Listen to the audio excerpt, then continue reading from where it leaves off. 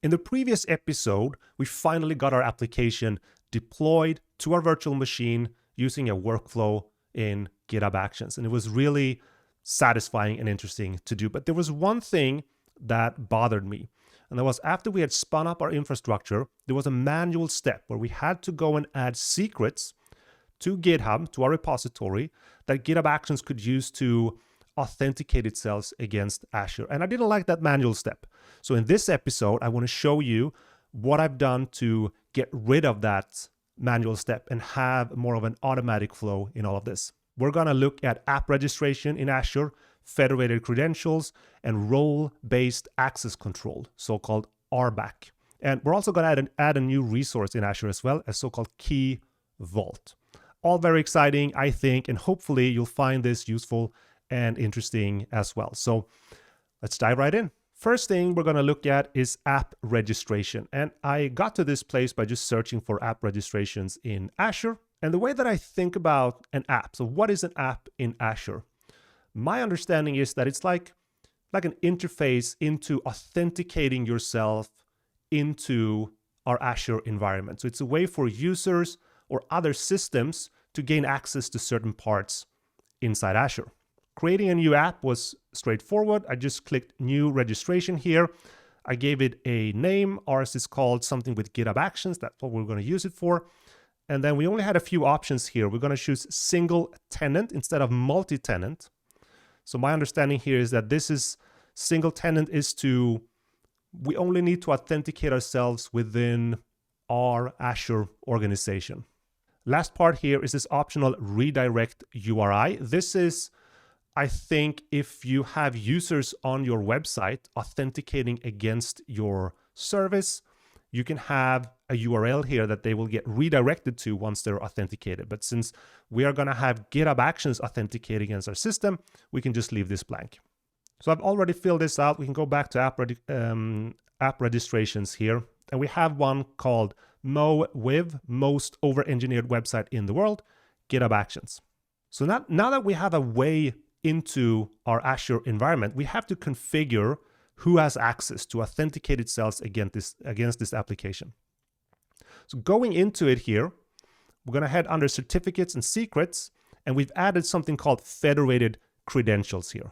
And if I click on the one that we've already created, the credentials here, there was actually something already predefined against a GitHub Actions deploying Azure resources. And that is exactly what we want. Later on, we want GitHub Actions to be able to authenticate itself against our environment.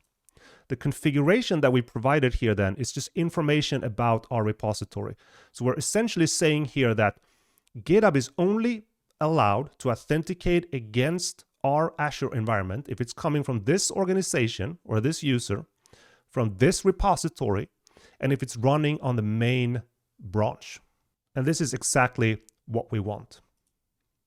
So now we have an app, we have an interface, we have a way into authenticating yourself against our Azure environment, but only if it's GitHub and only if it's our repository running on the main branch. Once we have the app set up and configured, I want to head over to our GitHub repository and the secrets here and show you the changes that I've made here so far. Previously, we had to add these 5 secrets to the repository, and these would be different. These would change every time we spun up our infrastructure in Azure. So this was a manual step before. So instead of these secrets, at this point, we actually have 3 variables. So these are not secret anymore. This is the Azure tenant ID. This is identifying my kind of organization in Azure. The subscription ID, which is part of the organization. And then this Azure Client ID, which is the ID of the app that we registered in Azure. So later on, we'll see that GitHub Actions is actually going to take this information here.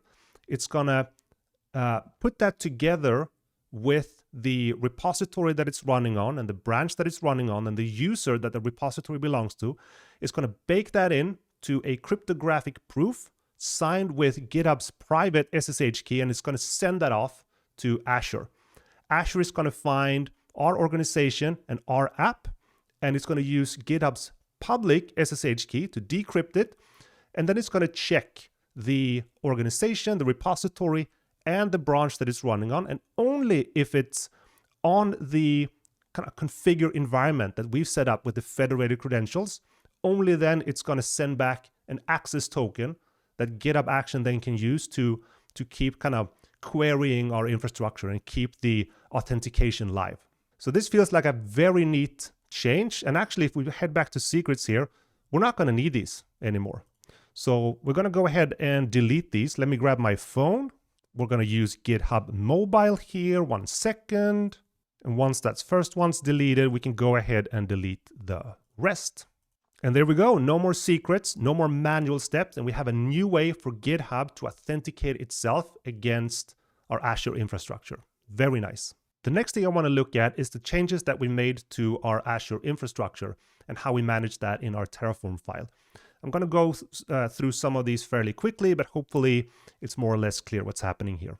So the first thing we have is we've added a new provider, the Azure AD provider. And this is something that we need in order to start working with authenticating users or other systems inside Azure, which we want to do here with this new setup. Next, we're going to notice one thing here, that we've replaced this hard-coded subscription ID with var.subscription ID. This was something I learned that you can have variables in Terraform. We've added a tvars file where we keep our Terraform variables, and they are then accessible under the var key inside our Terraform file. Next thing, we have configuration for our Azure AD provider, which is empty. And then we have two interesting things here, data sources.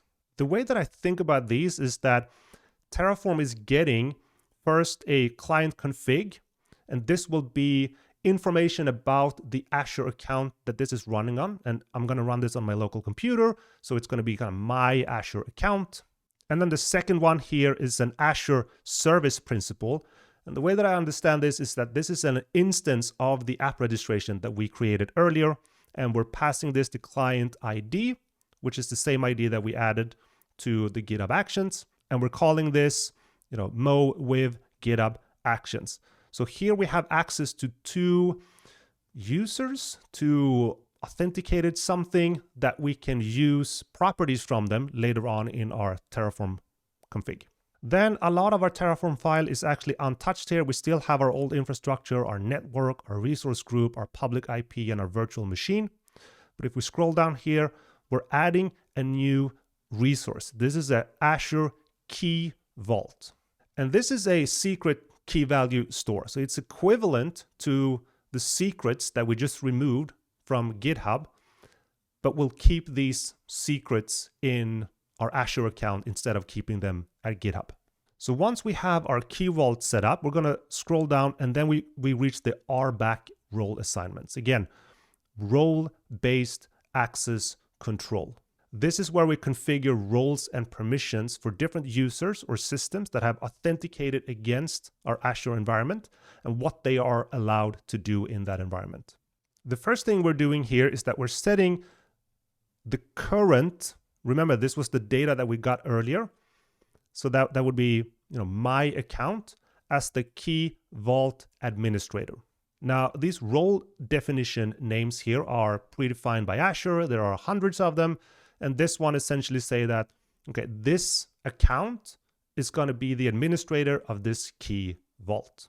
But the next one here is a little bit more interesting. So here we are working with that service principal, like the instance of that app that we registered, the service principal that GitHub Action will authenticate itself with against our Azure environment. And here we're saying that anyone authenticating as this is going to be a Key Vault secret user. That means that they have access to read values from our Key Vault, but they can't manage it. They can't add or remove or do anything else. They can read these secret values. Moving down, there's a few more permissions that we've added. So this same GitHub user is going to have access to push containers or push Docker images to our Azure Container Registry. And the second one we're adding here is that they're also going to be able to read from the Azure Container Registry, and it will use that to get the login server URL, for example. Last part here, we're actually setting up one more permission or role for the GitHub Actions, and that is a reader of the public IP address. And it's going to use this to SSH into our machine eventually. And this part here has been really interesting to learn a little bit more about. So this is following the principle of least privilege. So instead of giving this GitHub Actions authenticated system access to just read everything in an Azure environment, we're only explicitly giving it access to read or access the resources that it actually needs. So it's not going to be able to learn anything about our virtual machine itself. It's not going to know anything about the network that it's running on or anything else. It just has the information that it actually needs to do what it needs to do. Last part here that we're doing is that we're actually adding a number of values in our new Key Vault. So these would be the secrets that we had a manual step of adding in our repository earlier, but now instead we're adding these to the Key Vault when our infrastructure is created. So that's it for the infrastructure changes to Azure, and I want to quickly walk you through the changes that we made to our deploy workflow at GitHub as well. So the first thing added here is a permissions key. This is apparently needed to use OpenID Connect for GitHub to authenticate itself against Azure. We then have a number of environment variables. These are names of resources from our infrastructure.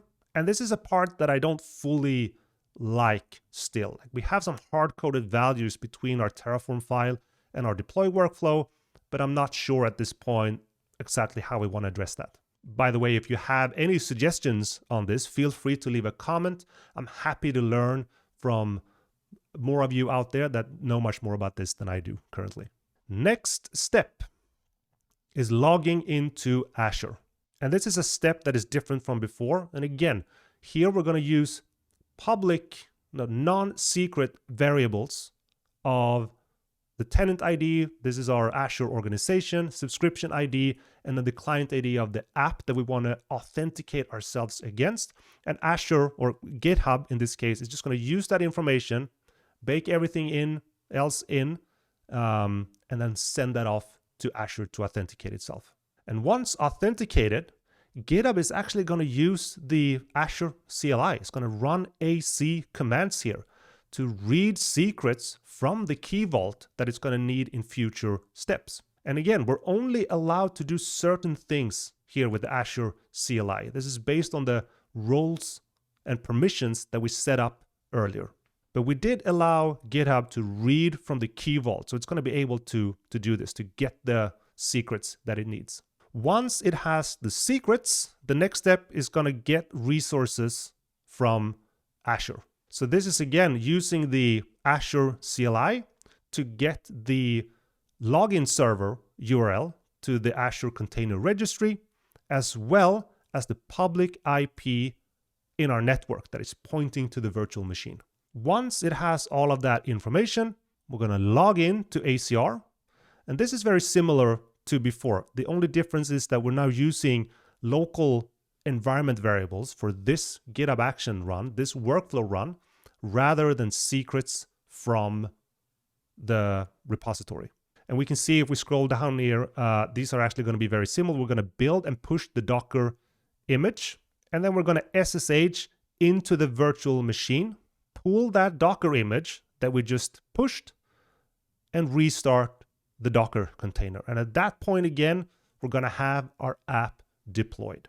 And that's going to be it for this time. I'm really happy where we're at with our whole setup. I'm really happy that we got rid of that manual step. And it's been a lot of fun just to keep learning more about Azure, especially in this case about the app registration and the service principle and how you configure that, as well as the role-based access control, deciding which system have which type of access in your Azure environment. So really exciting. I'm having a ton of fun with this. I'm not sure where I want to go next, but we're definitely going to do something more fun with this for episode 4. As before, if you have any ideas, tips, suggestions, recommendations around the type of work that I'm doing in this series, please let me know in the comments. And at this point, either way, thank you so much for watching. See you in the next episode.